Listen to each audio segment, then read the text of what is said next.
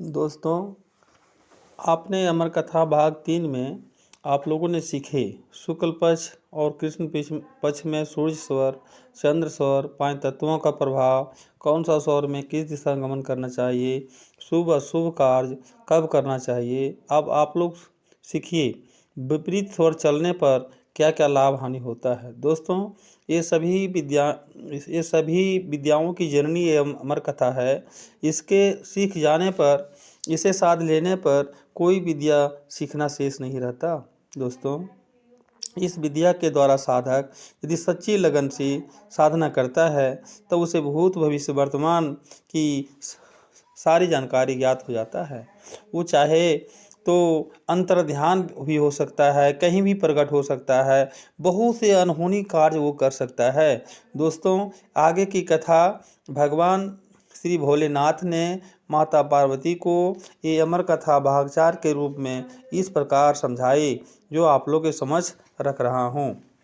दोस्तों, प्रातःकाल की 4 घड़ियों से लेकर दिन भर स्वरों को यदि विपरीत उदय हो, अर्थात चंद्र स्वर के समय सूर्य स्वर और सूर्य स्वर के समय चंद्र स्वर चलता हो, तो फल उल्टा होता है। प्रथम समय में पहली 4 घड़ियों में अगर स्वर विपरीत होने पर मन उद्गीन होता है, दूसरे समय में धन का नाश होता है और तीसरे समय में यात्रा और चौथी बार इष्ट द्रव्य का नाश होता है। 5वें समय में अगर राज का नाश और 6वें समय में सभी अर्थों का नाश होता है। 7वें समय में रोग और दुख, 8वें समय में मृत्यु होता है। इस प्रकार स्वरों का विपरीत फल होता है। तीनों समय 8 दिन तक यदि विपरीत स्वर प्रवाहित हो तो बुरा फल मिलता है। इस अवधि में कुछ न्यूनतः हो तो फल शुभ होता है। प्रातःकाल और मध्याह्न काल में यदि चंद्र स्वर चली, सायंकाल में सूर्य स्वर चली तो नित्य विजय प्राप्त होता है। यदि इसके विपरीत स्वर चली तो पराजय होती है। अतः विपरीत अवस्था में शुभ कार्य एकदम नहीं करना चाहिए। बायां अथवा दायां स्वर जिस समय प्रवाहित हो उसके साथ शिव स्वर अर्थात सुषुम्ना भी यदि चलता हो तो उस समय उस स्वर के पांव आगे रखकर प्रस्थान करना चाहिए। जिस ओर का स्वर चल रहा हो तो उससे सिद्धि प्राप्त होती है। चंद्र स्वर के समय में अगर बायां पांव आगे रखकर और सूर्य के प्रवाह के समय में विषम पांव माने उल्टा अगर हम पांव रखते हैं कि अगर जिस स्वर चल रहा है अगर उल्टा पांव रखते हैं तो यात्रा करने से सिद्धि प्राप्त नहीं होती है। निद्रा से उठते समय जिस ओर का स्वर चलता हो उसी ओर के हाथ से जो अपने मुख का स्पर्श करता है उसे इष्ट फल की प्राप्ति होती है। जिस ओर का स्वर चलता हो उसी ओर के हाथ से लेन देन एवं उस ओर का पांव आगे रखकर प्रस्थान करना उत्तम होता है। उक्त प्रकार के आचरण करने पर कलह, हानि, नाश आदि शत्रुओं नहीं होते। वह सभी कष्टों से मुक्त होकर सुख से अपने घर वापस आते हैं।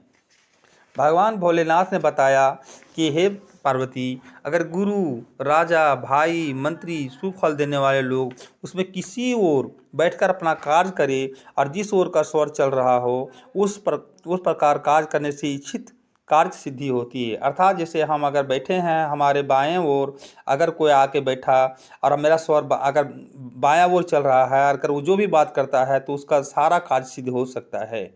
विजय लाभ और सुख चाहने वाले को रिक्ता नामक नाड़ी के प्रवाह के समय आग लगाना, चोरी करना और धर्म अधर्म का काम करना, प्रतिवादियों को हराना आदि कार्य करनी चाहिए। कुछ लोगों का मत है कुछ देशों की यात्रा स्वर में और समीपवर्ती की यात्रा सूर्य स्वर में करनी चाहिए। दूर देशों की यात्रा अर्थात हमको बाहर जा रहा है लंबी यात्रा के लिए तो उसे सूर्य स्वर में नहीं करना चाहिए, चंद्र स्वर में करना चाहिए। अगर कम दूरी की यात्रा हो तो सूर्य स्वर में कर सकता है। युद्ध और लाभ आदि के विषय में जो पहले कहा गया वो पूर्ण नाड़ी के प्रवाह में निसंदेह सफल होता है। शून्य नाड़ी के प्रवाह के समय अगर युद्ध लाभ और निष्फल होता है, कथन सर्वज्ञ शिवजी का होने के कारण कभी भी असत्य नहीं हो सकता। ये भगवान भोलेनाथ ने कह रहे हैं ये कभी असत्य नहीं हो सकता है। पूर्ण स्वर के समय में प्रवाह में अर्थात जो स्वर अगर पूर्ण रूप से चल रहा हो, अगर जल तत्व में चल रहा हो, तो दुष्टों को दंड देना, द्वेष करना, विद्या देना, ठगना, स्वामी का क्रोध करना, चोरी करना, ये कार्य भयंकर फल देते हैं। चंद्र स्वर दूर देश की यात्रा में निर्विघ्न रूप से पूर्ण करने में, इष्ट वस्तु की प्राप्ति करा देने में, गृह प्रवेश आदि कार्यों के लिए शुभ स्वर माना गया है। अगर अयोग स्थान में नाड़ी की योग्यता एवं योग स्थान में नाड़ी की अयोग्यता हो सकती है, क्योंकि वह प्राणी कार्य के बंधन से मुक्त नहीं है। इसलिए रुद्र नाड़ी अर्थात सुषुम्ना नाड़ी जिस प्रकार से चले उसी प्रकार से कार्य करना श्रेयस्कर होता है। चंद्र स्वर विषहरण करता है, सूर्य स्वर बलवान को भी बस करने वाला है, और सुषुम्ना नाड़ी के प्रभाव में मोक्ष प्राप्ति होता है। अर्थात सुषुम्ना नाड़ी अगर जब अब दोनों स्वर अगर आपका चल रहा हो, तो उस समय योग क्रिया करना चाहिए, ध्यान क्रिया करना चाहिए, इससे आपका इष्ट सिद्धि हो सकता है।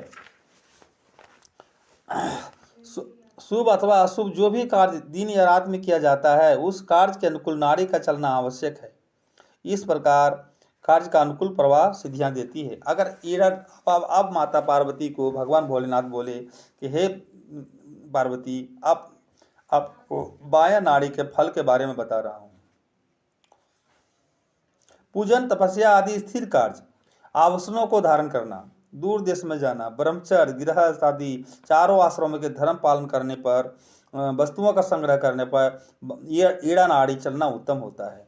सरोवर बनाना, कुआं बनाना, तालाब आदि, खंबे गाड़ना, देवता प्रतिष्ठा करना, यात्रा, दान, विवाह, वस्त्र, अलंकार आदि धारण करना, सब ईड़ा नाड़ी प्रवाह के समय करना चाहिए, अर्थात बाया नाड़ी के समय करना चाहिए। शांतिजनक कार्य, पौष्टिक कर्म, दिव्य औषधि धारण करना, घर निर्माण करना, स्वामी का दर्शन, मैत्री स्थापन करना, व्यापार करना, अन्न संग्रह करना, ये सारा बाया नाड़ी में अर्थात ईड़ा नाड़ी में चंद्र स्वर में करना चाहिए। गृह प्रवेश, सेवा, कृषि कार्य, बीज बोना, शुभ कार्य, संधि, मित्रता करना, ये आपका बाया नाड़ी शुभ है। विद्या अध्ययन का प्रारंभ करना, भाइयों का दर्शन करना, जन्म या मरण धर्म का अनुष्ठान करना, दीक्षा ग्रहण करना, मंत्र सिद्धि आदि कार्यों में ईड़ा नाड़ी श्रेष्ठ है। काल का ज्ञान, जगोपवीत धारण करना, वेद का अध्ययन करना, पशुओं को घर में लाना, कठिन रोगों का चिकित्सा करना, मालिकों को बुलाना, ये आपका बाया नाड़ी शुभ होते हैं। हाथी घोड़ों पर चढ़ना, धनुर्विद्या अध्ययन करना, हाथी घोड़ों को बांधना, दूसरों को उपकार करना, संपत्ति का संग्रह करना, ये कार्य ईड़ा नाड़ी में सफल होता है। गायन करना, बाजा बजाना, नाचना, नाट्य शास्त्र करना, शहर में प्रवेश करना, तिलक लगाना, खेत खरीदना आदि से सारे शुभ कार्य ईड़ा नाड़ी में शुभ होता है। दुख, शोक, ज्वर, मूर्छा आदि में स्वजनों से मालिक के संबंध में अन्न लकड़ी का संग्रह करना ईड़ा नाड़ी शुभ होता है। हे पार्वती, स्त्रियों के दंत आभूषणों में के लगाने में, लकड़ी आदि के संग्रह करने में ईड़ा नाड़ी शुभ होता है। हे पार्वती, स्त्रियों के दंत आभूषणों लगाने में, विष्टि के आगमन में, गुरु के पूजन में एवं विष का उतारने में ईड़ा नाड़ी शुभ होता है। योग अभ्यास आदि कार्य ईड़ा नाड़ी में सिद्धि प्राप्त कराते हैं, किंतु ईड़ा नाड़ी में यदि तेज वायु आकाश तत्व उदित हो तो उक्त कार्य को नहीं करना चाहिए। ईड़ा नाड़ी पृथ्वी जल तत्व उदित होने पर उक्त कार्य सिद्ध होते हैं। दिन अथवा रात में किए गए सभी कार्य चंद्र स्वर में ही सिद्ध होते हैं। सभी शुभ कार्यों में चंद्र स्वर श्रेष्ठ होता है। अब मैं बताता हूँ पिंगला नाड़ी अर्थात दाहिने नाड़ी के कर्म।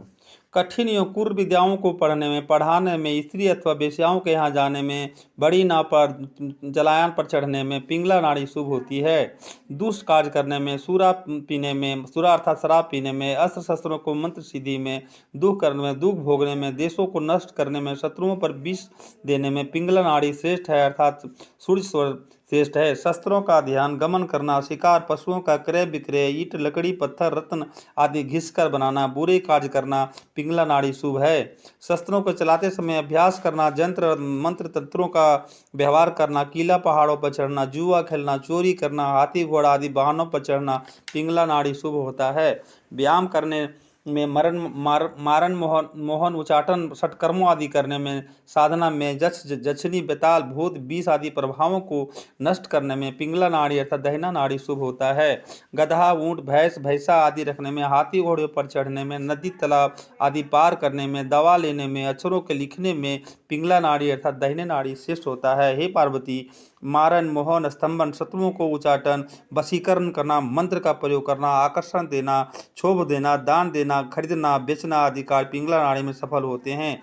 प्रेतों को वश करना, द्वेष करना, शत्रुओं को दंड देना, हाथ में तलवार लेना, शत्रुओं से युद्ध करना, उपभोग करना, राजा का दर्शन करना, भोजन स्नान आदि कार्य करते तेजस्वी कार्यों में पिंगला नाड़ी शुभ होता है। उपभोग करने में, मंदाग्नि में, स्त्री गमन में, व्यापार कार्य में, सोने में सूर्य स्वर अर्थात पिंगला नाड़ी श्रेष्ठ माना जाता है। पूर्वोक्त कार्य सूर्य स्वर में ही करना चाहिए। अब भक्तों, अब अगला मैं आपको बताता हूँ, आगे भाग 5 में आपको बताऊंगा। तब तक के लिए हमें विदा दें। जय हिंद।